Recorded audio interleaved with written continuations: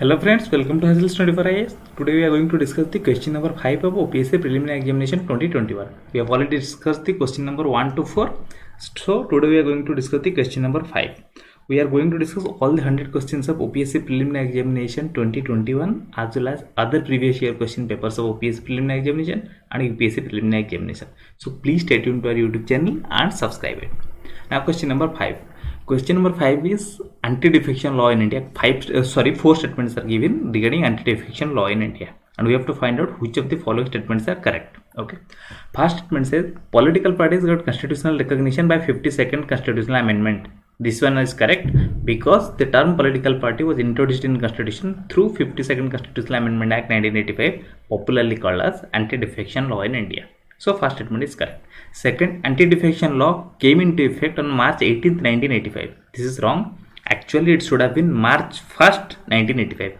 Okay. So second statement is wrong. Third, the decision of the speaker in disqualifying an elected member is subjected to judicial review. This one is correct because in the original, in the original anti-defection law, this provision was not there. Original provision was the decision of the speaker in disqualifying an elected member is final and not subjected to judicial review. But later in Kyoto Holohan case in 1993, Supreme Court overturned this, and Supreme Court introduced this provision. The decision of the speaker in disqualifying an elected member is subjected to judicial review, as the jurisdiction of the Supreme Courts or High Courts cannot be taken away. Okay, that's why this decision is subjected to judicial review. Okay, so statement 3 is correct. IV, anti-defection law comes into action if there is a split in political party. Indeed, this is correct. This is in fact the current status. Okay, originally in the anti-defection law, this provision was not there. Originally, under anti-defection law, the defectors were getting protection through split. Okay, but currently this provision is not there. That means the current status is anti-defection law comes into action if there is a split in political party. Earlier, the split in case of political party with respect to this particular matter, the defectors were getting exemption from anti-defection law, but not currently because that earlier provision was deleted by 91st Amendment Act 2003. Okay. So current status is anti-defection law comes into action if there is a split in political party. No exemption, anti-defection law comes into action. Okay. So statement I, AAA and IV are correct. Double I is incorrect. Okay. Which of the following statement is correct? B option, I, AAA and IV are correct. Okay. Correct answer is option B. Now we'll go to the detailed answer. Okay. Detailed answer says the Constitution 52nd Amendment Act 1985, popularly known as anti-defection law, came into force with effect from 1st March 1985. That's why second statement is wrong. Okay, it is actually 1st March 1985.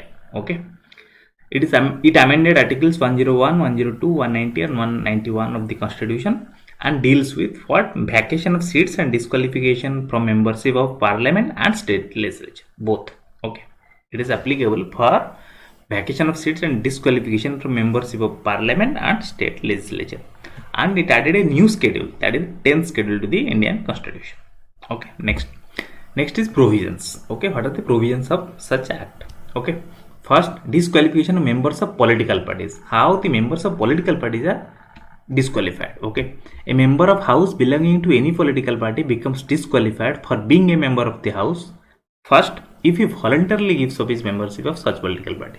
That means if a member X of political party Y gives up his membership voluntarily, he will no more be a member of such political, and he will no more be a member of house. Okay, next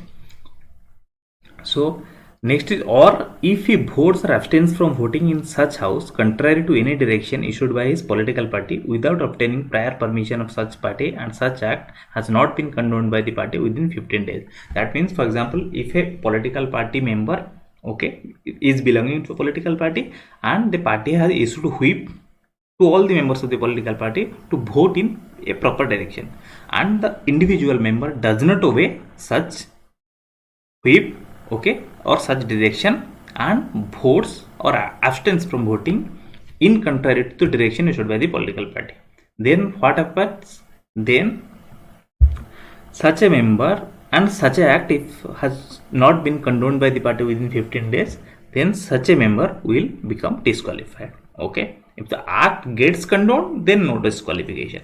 If the individual member has obtained prior permission, then no disqualification.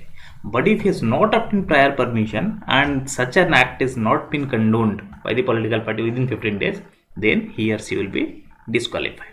Next, independent members. How the independent members will be disqualified? An independent member of a house means, who is an independent member? Independent member means a person or a member of a house who is elected without being set up as a candidate by any political party. Okay, no political party has given him ticket. He or she has won independently, that means elected without being set up as a candidate by any political party. An independent member will become disqualified to remain a member of the house if he joins any political party after such election. Okay, that means if a member gets elected independently and after that he joins any political party, then he or she will become disqualified. Next, nominated members. How nominated members will be disqualified? A nominated member of a house becomes disqualified for being member of a house if he joins any political party after the expiry of 6 months from the day on which it takes his seat in the house. Okay, that means he may join any political party within 6 months of taking his seat in the house without inviting this disqualification. Okay, that means if a nominated member after becoming member of the house joins a political party within 6 months, then no disqualification. After 6 months, disqualification. Okay, next, exceptions. Okay, what are the exceptions to this anti-defection law? First exception, first provision is merger. Merger means when 2/3 of members of a political party, okay, agree to the merger of their political party with another political party, then the member of a house, then members of the house will not be disqualified. They will continue to be the members. Okay, that's why we say merger is with respect to 2/3 of members of the political party joining another political party. Okay, so first exceptions provision is merger. Okay, if a member belonging to any political party, okay, sees his political party getting merged with another political party, then the member will not be disqualified. Okay, next, if a member after being elected as presiding officer of the house voluntarily gives up the membership of his party or rejoins it after he ceases to hold that party office. Okay, this we have to see with an example. Suppose a member joins a political party, suppose a member belongs to a house, okay, and after belonging to a house, he or she is getting elected as the presiding officer of the house. Then to protect the dignity of the institution of presiding officer, he or she voluntarily gives up the membership of that party and after discharging the duties of the presiding officer rejoins this same political party. Then he or she will be provided an exemption or exception. Okay, why this has been done? This exemption has been provided in view of dignity and impartiality of the office. Okay, that means a member of political party after being elected as the presiding officer of the house, if he voluntarily gives up the membership of the party or rejoins it after he ceases to hold that office, okay, then he or she will not be disqualified. This is a provision of exemption which has been given to individual members, okay, in view of dignity and impartiality of the office of the presiding officer. Okay, next, it must be noted that the provision of the 10th schedule pertaining to the exemption from disqualification in case of a split, that means the statement number 4 which was given in the question, by 1/3 of the members of the legislature party has been deleted by 91st Amendment Act of 2003. That means originally in the anti-defection law, the split was getting exemption. Okay, this split, that means case of 1/3 of members of political legislature party doing splitting from their parent party. Okay, this act was getting exemption under the original act of anti-defection law, but this provision has been deleted by 91st Amendment Act of 2003. That means the defectors have no more protection on the grounds of splits currently. Next, deciding authority. In this matter of disqualification, who is going to be deciding authority? any question regarding disqualification arising out of the defection is to be decided by the presiding officer of the house. Okay. So who will decide regarding the disqualification? Presiding officer of the house. Originally, the act provided that the decision of the presiding officer is final and cannot be questioned in any court.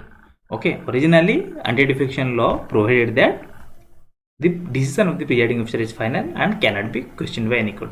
But later it changed. Why so? Because of this Quijotto-Holohan case 1993.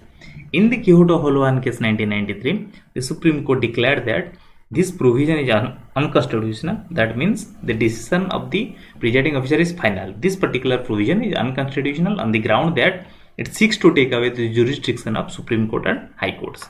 Okay. So Supreme Court declared that the decision of the presiding officer can be challenged and is not final. Okay.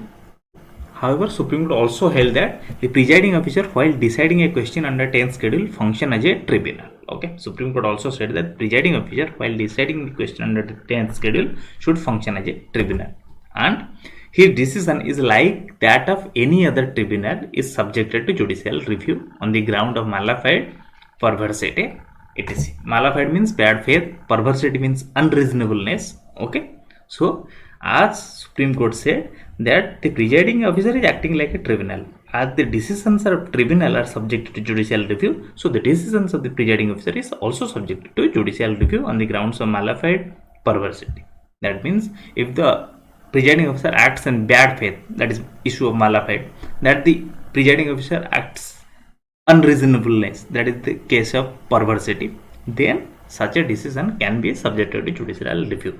So this decision of the presiding officer is not final and is subject to judicial review. Okay, that means statement 3 is correct. Okay, but the court also rejected the contention that the vesting of adjudicatory powers in the presiding officer by itself is invalid on the grounds of political bias. There was a concern among the political parties that how can the power of decision of disqualification be given to a speaker who practically is a member of political party, so who can act in favor of political bias, he can be biased. So this was also a matter which was subjected to court, but the court rejected the contention. Okay, court said presiding officer can arrive at a decision, but his decision is not final. Okay, so this was question number 5. We have discussed question number 1 to 5. We will discuss all the 100 questions, okay, of this particular year of 2021 UPSC preliminary examination, and all other previous year question papers of UPSC preliminary examination and UPSC preliminary examination. So please stay tuned to our YouTube channel and subscribe it. Thank you so much.